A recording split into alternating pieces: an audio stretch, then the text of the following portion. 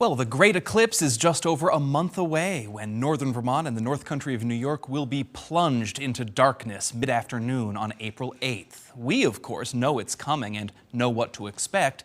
But what about wild animals? What will they make of it? We asked some experts.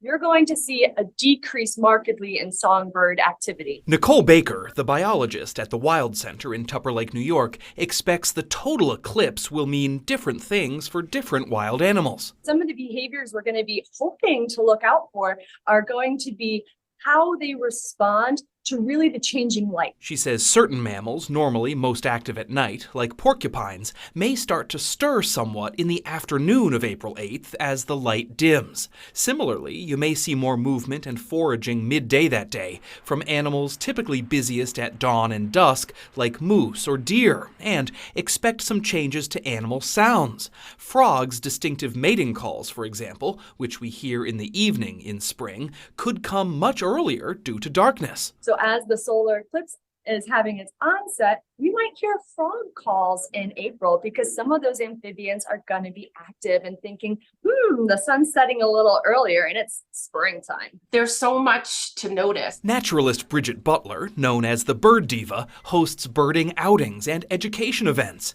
She tells us during previous total eclipses elsewhere, people have noticed shifts in when birds roost in trees, thinking it's night.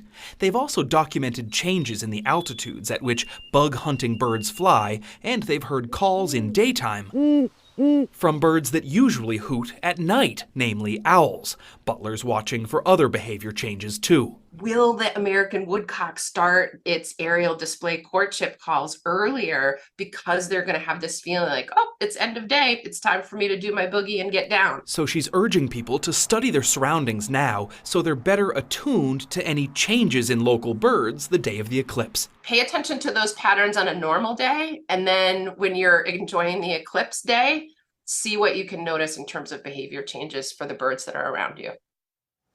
Now, those animal experts said one of the most exciting things about the eclipse to them is that the event can turn everyday people into citizen scientists.